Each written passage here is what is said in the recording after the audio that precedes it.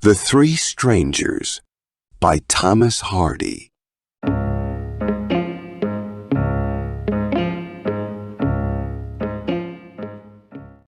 In the southwest of England, there are many low, grassy hills that have remained unchanged for centuries. Farmers still use them to graze their sheep, and there are only isolated cottages where shepherds live.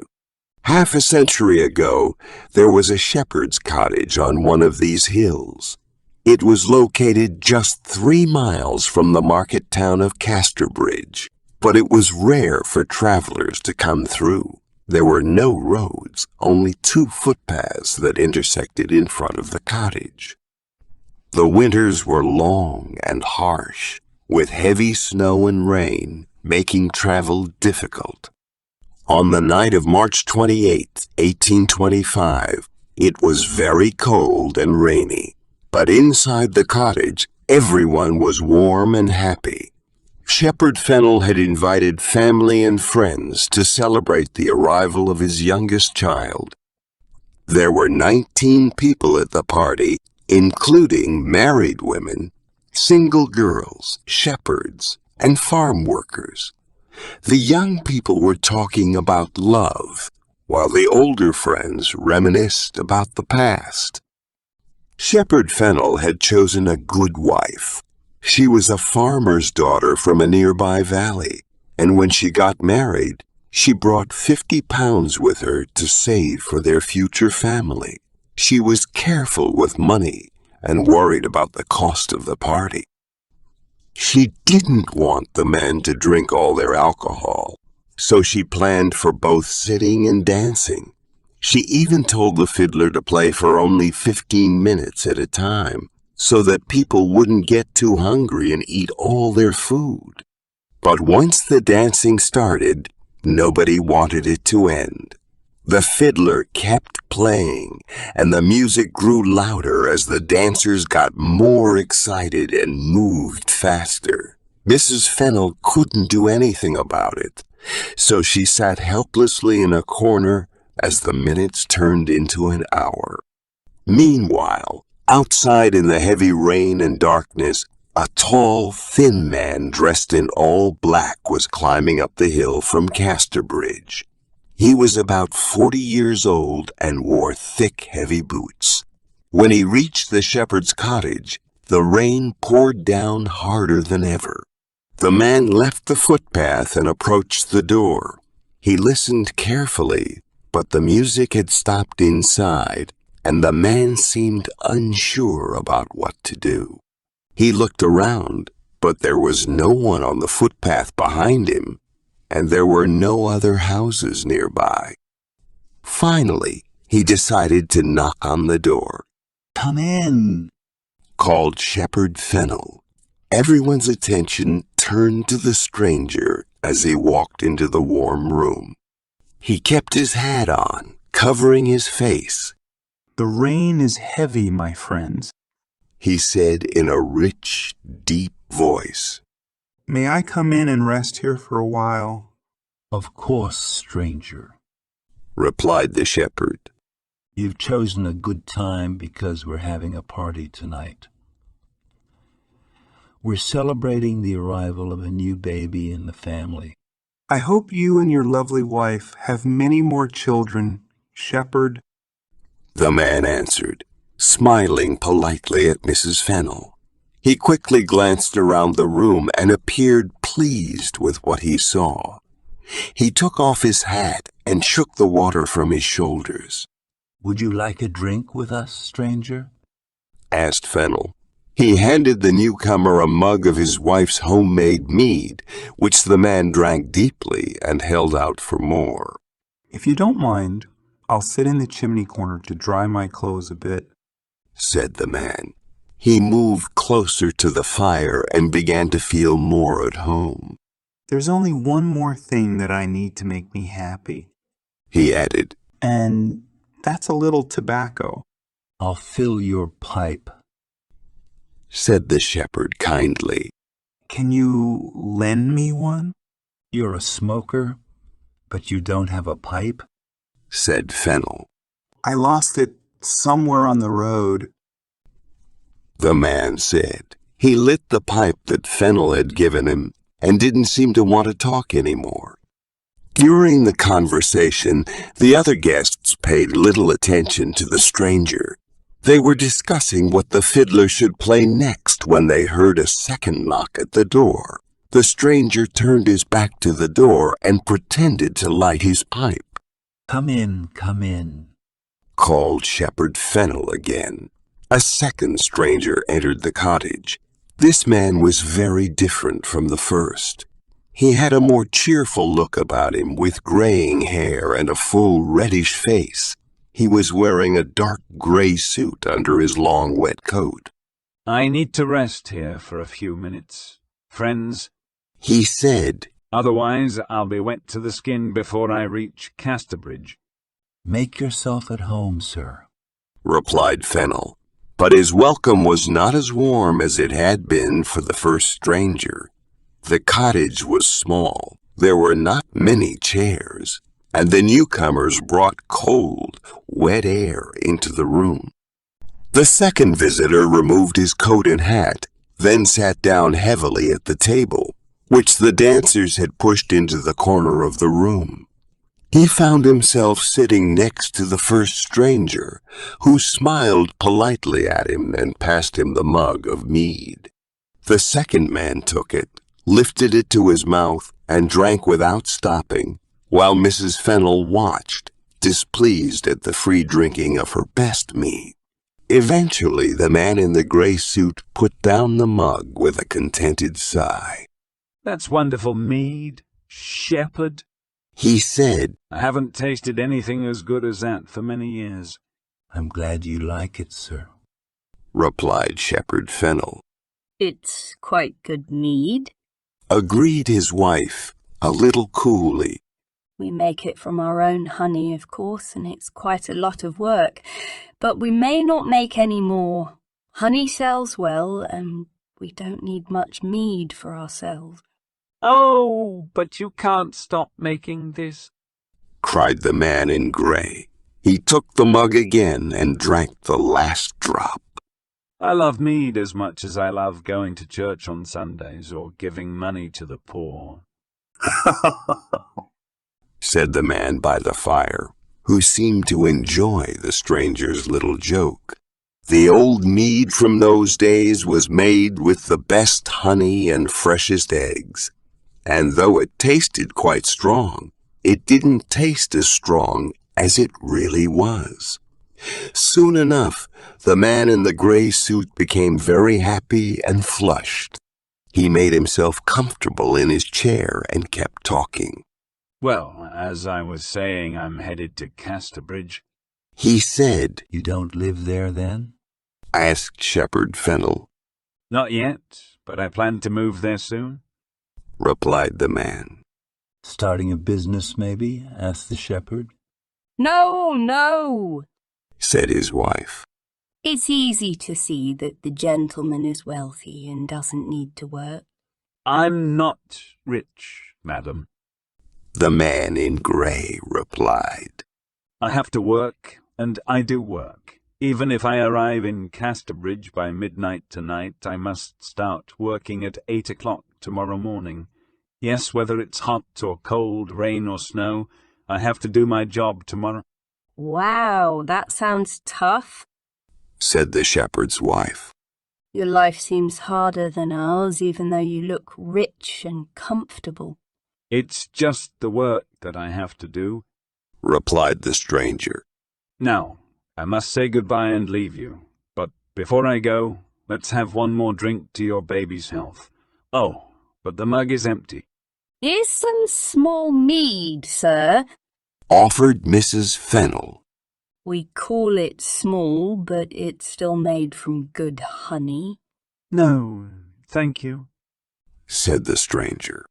I prefer to remember the taste of your best mead. Of course, said Shepherd Fennel quickly. He went to the dark place under the stairs where they kept the best mead and filled the mug. His wife followed him and spoke worriedly to him in a low voice. I don't like the look of that man at all. He seems already drunk enough for 10 men. Don't give him any more of the best. But he's in our house, my love, and it's a miserable wet night. What's a mug of mead, more or less? Okay, just this time then. she said, looking sadly at the mead.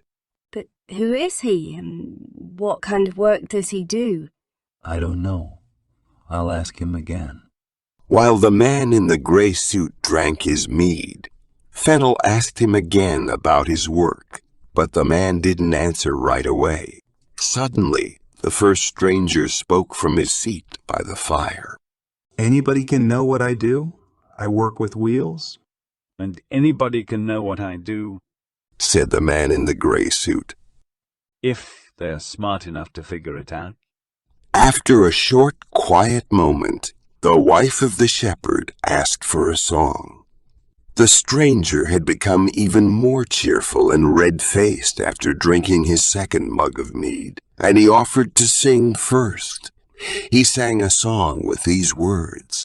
My job is quite peculiar. All honest shepherds know. My work is visible to all. I tie my clients and make them fly. To a distant land they go. Everyone was silent, except for the man sitting near the fire, who joined in the last line with his deep and melodious voice. To a distant land they go. Nobody in the room understood what the singer was trying to say, except for the man who sat near the fire. He continued smoking and calmly encouraged the stranger to keep singing. The man wearing gray took another sip from his mug and sang these words. I don't need much at all. All honest shepherds know. To set the wrongdoers free. Just a little piece of rope and a tall hanging post. That's all I need, you'll see. After hearing the song, everyone in the room finally understood that the stranger was talking about executing criminals. They looked at him with wide-open eyes and mouths, feeling shocked and horrified. Whispers spread among the people in the room. He's the hangman. They were referring to the stranger who had just finished singing. They explained that he had come to hang a clockmaker in Casterbridge prison the following day. The clockmaker had no work to support his family, and they had no food. In desperation, the clockmaker had stolen a sheep, and now he was going to be hanged for it. At that moment, there was a knock on the door. The people in the room looked scared, and it took Shepherd Fennel some time to call out the welcoming words, Come in. For the third time. The door opened slowly, and another stranger appeared in the doorway. He was a tidy-looking man with fair hair.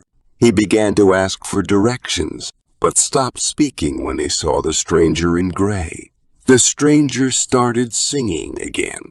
Tomorrow is the day I work. All honest shepherds know. Working with a little piece of rope. A sheep has lost its life. The thief must pay the price. We hope he'll find some peace with God. The man by the fire cheerfully repeated the last line in his deep voice. We hope he'll find some peace with God. While everyone was focused on the singing stranger in gray, a third stranger had been standing in the doorway the whole time. When they finally noticed him, they were surprised to see that he was pale, trembling, and staring at the man in gray with horror. Suddenly he turned around and ran away into the dark and rainy night. Shepherd Fennel asked, Who could that be? But no one had an answer. Although there were more than 20 people in the room, it fell silent again. with only the sound of the rain beating against the windows. Suddenly, there was a loud bang, which everyone recognized as the sound of a gunshot coming from nearby Casterbridge. What does that mean? Several people cried out at once. The man in gray stood up from his chair and replied, "It means that a prisoner has escaped from Casterbridge prison. I wonder if it's my man?" The shepherd chimed in. It must be. And I think we've seen him. The little man who looked in the door just now and shook like a leaf when he saw you and heard your song. Indeed, indeed. Confirmed the man by the fire. His face was white, his hands shook, and he ran like the wind. It's all true. The hangman then asked, "Is there a policeman here?" One of the men stepped forward, pushed by his friends. I'm one of the king's officers, sir. He said, "Then take some of these men with you, follow the criminal, and bring him back here. He hasn't gone far, I'm sure." I will, sir, I will. But first I need to go home and put on my uniform. I can't arrest someone without it. It has the king's name on it in gold. "Forget about your uniform. The man will be gone by the time you return." replied the man in gray impatiently. But it's against the rules to arrest someone without a uniform, protested the officer. "I'm a king's man too," said the man in gray firmly. "I order you to find and arrest this man now. Everyone in this house must come with us. Are you ready?" The men went outside to begin their search, and the women hurried upstairs to attend to the crying baby. However, the living room didn't stay empty for long. A few minutes later, the first stranger returned quietly to the house. He cut himself a large slice of cake and poured another mug of mead. While he was still eating, the man in gray came in quietly as well.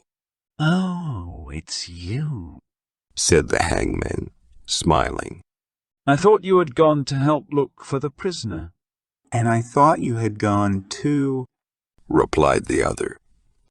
"Well, I felt there were enough people without me," said the man in gray, pouring himself some mead. I felt the same way. "These shepherd folks can easily find the man because they know this hilly country. They'll have him ready for me by morning, and it won't be any trouble to me at all." Yes, they'll find him. We'll save ourselves all that trouble. "That's true. Well, I'm heading to Casterbridge. Are you going the same way? We could walk together?" No, I'm sorry to say I'm going the other way. After finishing their mead, the two men warmly shook hands, said goodbye, and went their separate ways. The shepherd and his friends were searching for the prisoner in the hills and getting cold and wet. They had no success until they reached the top of a hill with a single tree. Suddenly, they spotted the man they were searching for, standing next to the tree. The policeman loudly said, Your money or your life? The shepherd whispered, No, no. Robbers say that, not us. The policeman responded, Well, I have to say something, don't I? You don't realize how hard it is to remember what to say. The little man noticed them for the first time and asked, Well, travelers, did I hear you speak to me? The policeman replied, Yes, we're arresting you for not waiting in Casterbridge prison for your hanging tomorrow. The little man appeared unafraid and surprisingly polite. He agreed to go back with them to the shepherd's cottage. When they got there, they found 2 officers from Casterbridge prison and a judge who lived nearby waiting for them. The policeman said, Gentlemen, I have brought back your prisoner. Here he is. But one of the prison officers cried out. This is not our man. The judge asked. What? Haven't you got the right man? The policeman was confused and asked, Then who can this man be? I don't know, replied the prison officer. but our prisoner is very different. He's tall and thin, with a deep musical voice. That was the stranger who sat by the fire, Exclaimed Fennel. The small man finally spoke to the judge, saying, Sir, I need to explain.